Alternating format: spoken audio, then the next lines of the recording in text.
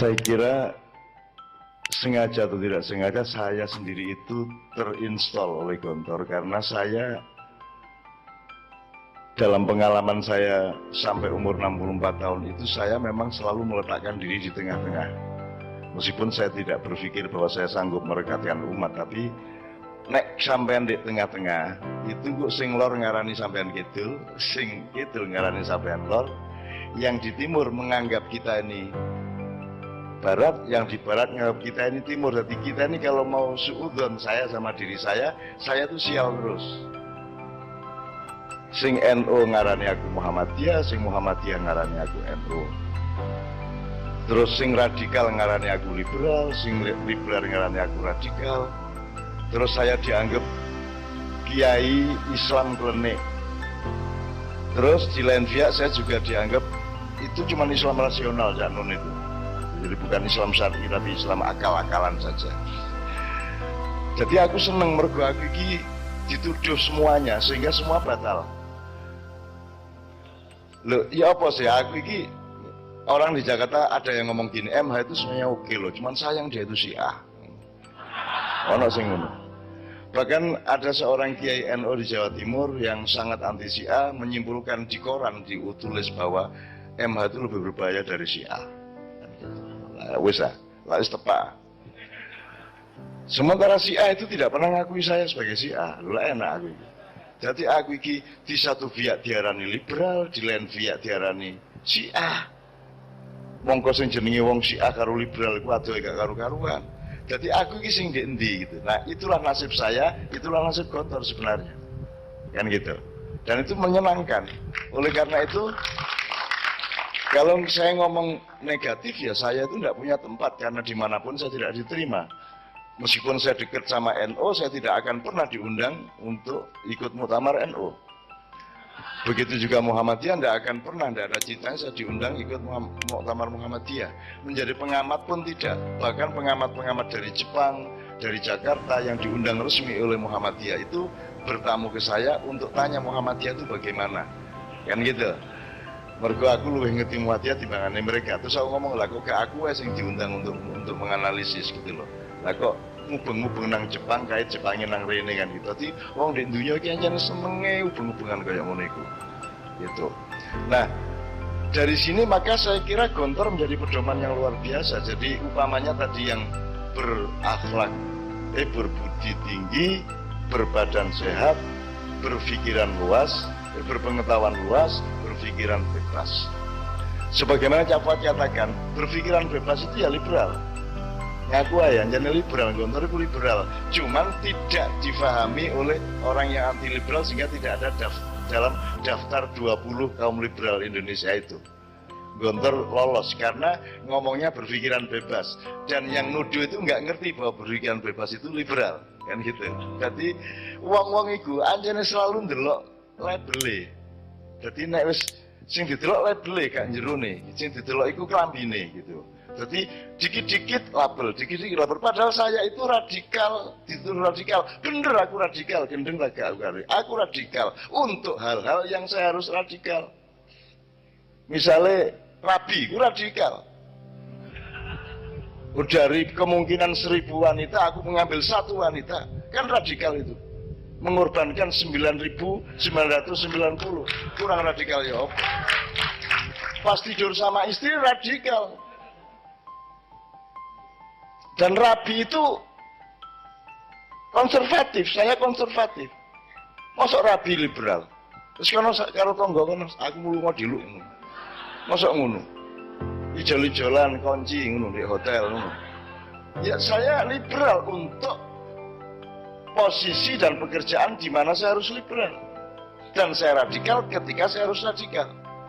Jadi nggak ada label, oh iki liberalis, iki radikalis. Kalau Anda melabel-label itu berarti Anda terseret oleh via global yang memang memecah belah umat Islam melalui labeling-labeling itu. Mulanya tak belajar substansi, kita sudah di Gontor lama. Itu Pak Zar itu nggawe papat, itu urut, itu gradasi dialektis. Dia nggak bisa diwalik.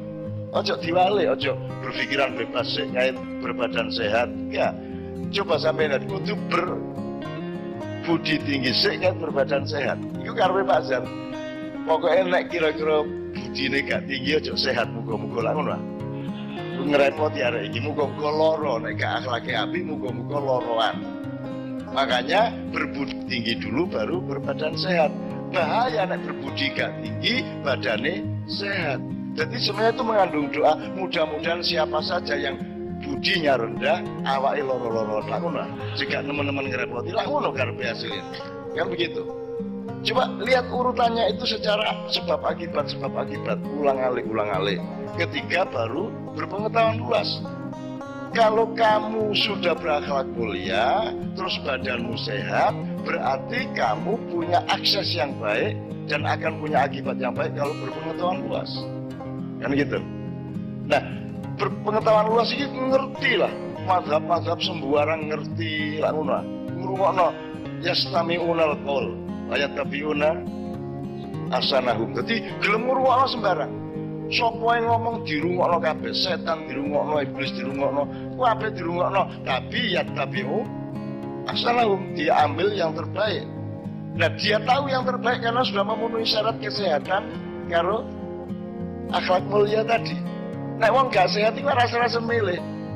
Nek wong gak sehat loro iku pikirane ya loyo. Wis gak apa-apa iki ya wis.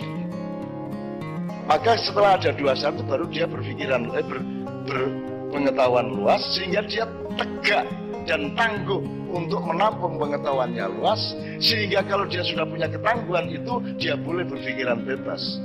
Berpikiran bebas itu, kata bebas itu di Indonesia wis najis kan. Angger bebas itu anggapannya seks bebas, terus aid kan gitu kan. Kata bebas itu sudah najis, sudah mutanajis dan sudah terlalu mustakmal. Nah, jadi bebas itu maksudnya Anda boleh kemana saja supaya kamu tahu yang benar kemana. Makanya takdib dengan teman-teman, dengan anak-anak saya tadi itu, dengan anak saya di workshop kemarin itu, bukan kita ajari tapi kita kasih PR supaya mudah-mudahan dia menemukan apa yang sebenarnya mau saya omongkan. Jadi bukan dijak nang warung, dijak nang pawon. Jadi yang lebih penting dari makan di warung adalah masuk dapur supaya kamu kenal kompor, supaya kamu kenal bagaimana menyalakan kompor, supaya kamu kenal tahu bagaimana kadar apinya itu seberapa besar, sejak gak gosong. Itu yang namanya toriko. Nah itu kira-kira. Nah bapak-bapak sekalian, ibu-ibu, para alumni, ustadz dan santri-santri semua, pedoman Gontor itu matang, udah matang. Jadi urut-urutan 4 tadi itu matang. Karena kebebasan itu bukan pelampiasan. Islam itu kan 2, pengendalian atau pelampiasan. Dan kalau Anda sudah berakhlak mulia di syarat pertama tadi, maka Anda akan tahu dan Anda akan milih bahwa hidup dan di dalam Islam itu hidup itu bukan pelampiasan tapi pengendalian. Jadi ojo minter ngegas, kudu pinter ngerem kan gitu. Arek-arek saiki ngerem ku nek kepeksa. Teko prapat, teko gangi langsung weng, ora ana mobil kayaknya kan gitu. Itu naluri umat sekarang itu liberal. Tapi tanpa akhlakul karimah, tanpa pengetahuan yang luas. Lho nek metu teko gang lak delok-delok sik ana mobil melintas tangga. Kudune kon ngerem sik ndelok kait ngegas. Iki gak ngegas begitu kepeksa ngerem. Itu cara berpikir orang Indonesia terbalik seperti itu. Bisa mentel cara arek nggawe motor. Cara numpak motor langsung mesti kualik pikiran. Dan seterusnya ini banyak contohnya. Tapi yang ingin saya katakan sama Anda adalah jangan dipikir itu unsur-unsur 4 itu. Itu urutan. Sama dengan sandang, pangan, papan kalau dalam filosofi Jawa. Itu ojo diwalik papan, sandang, pangan. Tapi sandang, pangan, papan. Coba Anda lihat logikanya simpel aja.